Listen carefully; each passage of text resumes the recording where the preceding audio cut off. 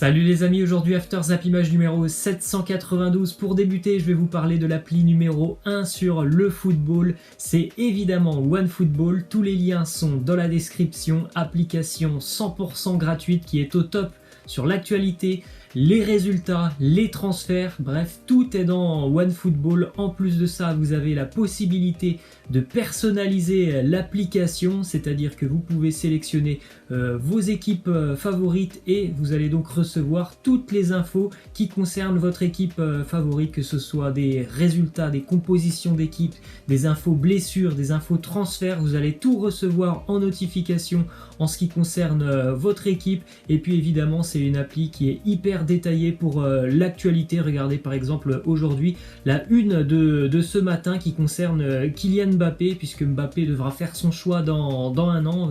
On a bien l'impression qu'il ne veut pas prolonger au PSG, et il y a le Real évidemment qui est très intéressé, mais le Real n'est pas seul sur le dossier Mbappé, puisqu'il y a aussi Liverpool. Tout ça, c'est à retrouver dans OneFootball. Les liens sont dans la description et je le précise, c'est une application 100% gratuite. Nous, on va débuter avec les infos financières du départ d'Edouard Mendy, qui va donc quitter le Stade Rennais pour s'engager en Première Ligue du côté de Chelsea. Et étant donné les performances de Kepa, eh bien, il y a de fortes chances quand même que Edouard Mendy arrive pour prendre beaucoup de temps de jeu, et certainement même pour prendre la place de numéro 1 du côté des Blues de Chelsea. Regardez ce que va récolter le Stade Rennais, c'est quand même 30 millions d'euros pour les Bretons, pour le jeune gardien sénégalais Edouard Mendy, qui a vraiment fait de très belles choses avec Rennes, une progression assez intéressante depuis qu'il a quitté le Stade de Reims. Ensuite, du côté de l'Olympique Lyonnais, selon le quotidien Le Progrès,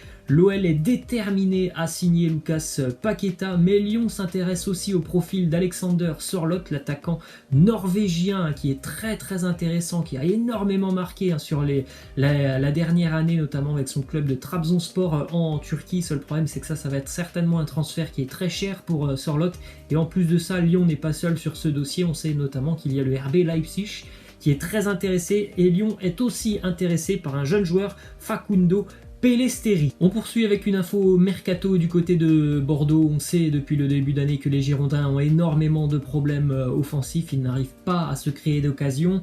Ils ne tirent que très peu au but. Les Girondins pensent à recruter Willian Cyprien, qui ne joue plus du côté de Nice. On ne l'a pas vu dans l'équipe depuis le début de saison en Ligue 1 avec les Aiglons. L'année dernière, il a terminé blessé, donc on peut se poser des questions sur son avenir du côté de l'OGC Nice. C'est pour ça que les Girondins de Bordeaux semblent être intéressé. On poursuit avec une déclaration de Karl Toko Ekambi, l'attaquant lyonnais qui a bien connu Álvaro González du côté de l'Espagne. Il nous dit: Álvaro, c'est un super mec. Il a été l'un des premiers avec lequel j'ai parlé à mon arrivée à Villarreal. Il m'a toujours fait rire. Il essayait de parler français pour m'aider à m'adapter et m'a appris l'espagnol. Si il a dit quelque chose, je suis sûr qu'il n'est pas raciste. Donc on a appris depuis 48 heures, voire un petit peu plus, qu'il y aurait bel et bien eu des propos racistes de la part d'Álvaro González. J'espère qu'il y aura évidemment une lourde sanction pour Álvaro. Et depuis hier, on a aussi appris que l'Olympique de Marseille détenait des images où Neymar qualifie Hiroki Sakai de chinoise. Donc vous pouvez le lire sur cette image, j'ai pas besoin de le dire. Donc évidemment, si ces propos sont aussi avérés, eh bien j'espère aussi que Neymar sera lourdement sanctionné. Donc si on a les deux joueurs qui ont commis ce genre de choses sur le terrain, que ce soit Neymar ou Álvaro, j'espère que la sanction sera exemplaire pour les deux joueurs. On prend la direction de l'Espagne maintenant. Ça s'est passé le week-end dernier. Les représentants d'Edinson Cavani ont offert sur un plateau Cavani au Real Madrid. Les dirigeants madrilènes réfléchissent en ce moment à cette option. C'est une option qui est gratuite sur le plan du transfert, puisque Edinson Cavani est sans club. En revanche, il a quand même des exigences salariales assez élevées, donc ça reste une option qui est possible pour le Real, même si on a bien compris que du côté de Madrid, normalement, cet été, il n'y aura pas de renfort. Ensuite, une déclaration de Toni Kroos qui nous parle de Sergio Ramos. Il nous dit: quand Ramos a un avis, il l'exprime pour le bien de l'équipe sans aucune réserve, et cela ne ressemble en rien à ce que j'ai pu connaître auparavant. Donc si nous parlons de capitaine, à mon avis, il est le meilleur que vous puissiez avoir. Ça, je pense qu'il n'y a pas de doute sur la question.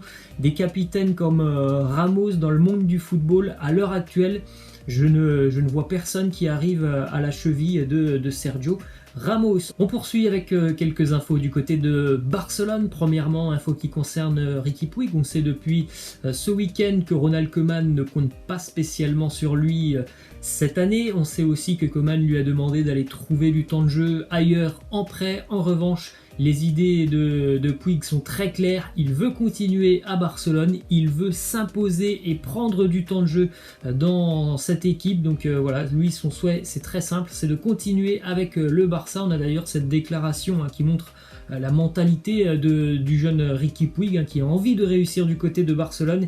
Il annonce: si je dois passer une autre saison avec l'équipe B du Barça, ça ne me dérangerait pas. Être prêté à un autre club, je n'irai pas, je préfère jouer avec la réserve. Donc voilà, c'est très clair, Riqui Puig, lui, il ne se voit pas quitter le Barça et il a raison parce que malheureusement, Ronald Koeman ne lui fait pas de cadeau en ce début d'année.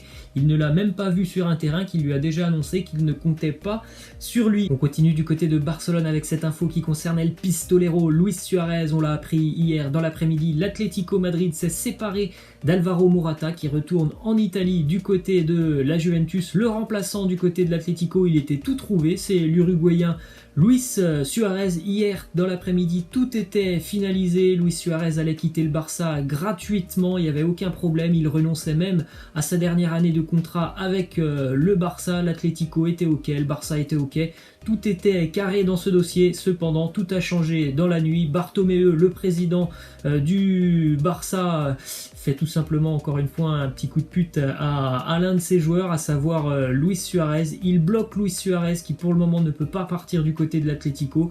Bartomeu ne veut pas renforcer une équipe de Liga de premier plan évidemment, et Bartomeu espère aussi un petit chèque quand même pour laisser partir Luis Suarez. Donc c'est quand même assez dur pour Suarez. On ne compte plus sur lui du côté de Barcelone. Il a eu des difficultés pour rejoindre la Juventus, ça ne sera pas possible. Là, il trouve un accord avec l'Atlético et c'est son président Bartomeu qui le bloque. C'est assez dur à ce que l'on fait subir à Luis Suarez depuis quelques semaines, alors qu'on le rappelle quand même, Suarez c'est quand même un homme très important du côté de Barcelone, 3e meilleur buteur de l'histoire du club, 283 matchs joués, 198 buts inscrits, 109 passes décisives, 4 Ligas, une Champions League, on ne parle pas de n'importe qui, mais il est un petit peu traité comme de la merde, il ne faut pas se le mentir, depuis quelques semaines. Direction l'Angleterre maintenant avec le premier match des Citizens cette année en Première Ligue, une victoire 3-1 pour Manchester City hier du côté du Molineux Stadium de Wolverhampton. Les buteurs Citizens, on a Kevin De Bruyne sur penalty, Phil Foden, et puis dans le temps additionnel en seconde mi-temps c'est Gabriel Jesus qui va marquer. Raúl Jiménez a réduit le score pour les Wolves. Une victoire importante évidemment pour bien démarrer pour les Citizens qui ont fait vraiment un super match hier. La première mi-temps était de très haute volée de la part de City.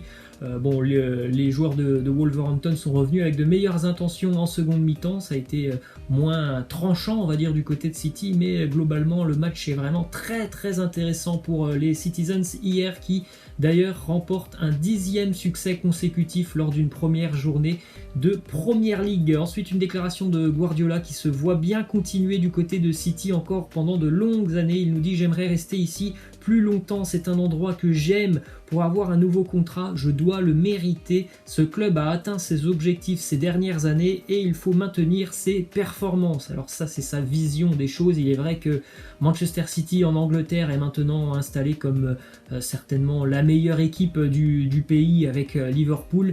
Mais voilà, il y a toujours ces échecs récurrents en Ligue des Champions. On enchaîne avec une dernière info du côté de Manchester City. İlkay Gündoğan a été testé positif au Covid hier. Il est donc évidemment placé à l'isolement. On poursuit avec une info mercato du côté d'Arsenal. L'arrivée du gardien numéro 2, Alex Runarsson. Il arrive en provenance de Dijon, ça sera le suppléant de Bernd Leno. On rappelle que Arsenal a perdu son deuxième gardien il y a une quinzaine de jours, Martinez, qui est parti du côté d'Aston Villa. On continue avec une info du côté des Spurs de Tottenham. On rappelle la semaine dernière 2 grosses arrivées, Sergio Reguilón et Gareth Bale.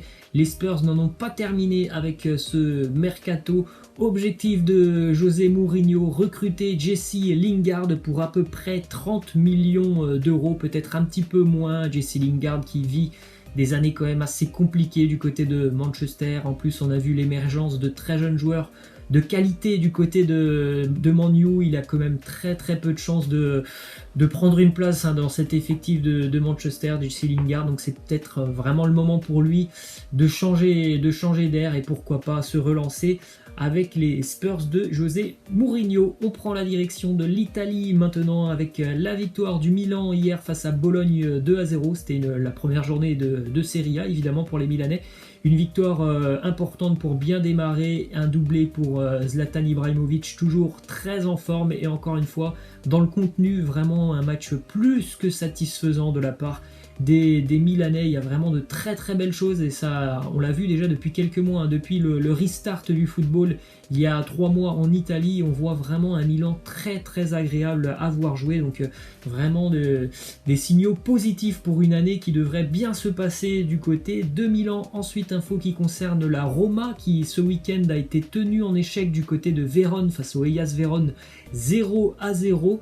En revanche, la Roma pourrait perdre ce match sur tapis vert 3-0 puisque Amadou Diawara a joué ce match alors que la Roma a oublié de l'inscrire sur la feuille de match. Ils l'ont laissé dans la liste B, donc de l'équipe réserve romaine, celle des joueurs U22 où il était la saison dernière, mais entre temps le joueur a eu 23 ans. On continue avec cette photo, c'était du côté de Newcastle. Ce week-end, l'ancien Lillois Yves Bissouma a été expulsé pour ce mauvais geste. En fait, il a tout simplement tenté une aile de pigeon qu'il a raté évidemment, puisque vous voyez hein, que son pied se termine dans la tête tout simplement d'un joueur de Newcastle qui s'est directement écroulé. C'est assez incroyable hein, quand vous voyez les images en temps réel, hein, vous voyez que c'est un violent coup de pied quand même hein, que met Yves Bissouma, hein, évidemment involontairement, mais c'est normal. Carton rouge direct pour l'ancien Lillois. On poursuit juste avant de terminer avec cette image assez drôle. Le timing parfait pour cette photo. Vous avez Emre Can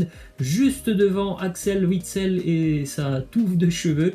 Voilà, ça donne un résultat comme ça. On a l'impression que Emre Can a les cheveux d'Axel Witsel. Et on va terminer les amis avec cette question de fin qui concerne le Barça. Est-ce que vous pensez que Philippe Coutinho va réussir à se relancer du côté de Barcelone? Et est-ce qu'il va surtout avoir la possibilité de pourquoi pas prendre une place de titulaire? Laissez-moi en commentaire ce que vous en pensez. Voilà les amis, c'est la fin. Je vous laisse et je vous dis à demain. Ciao.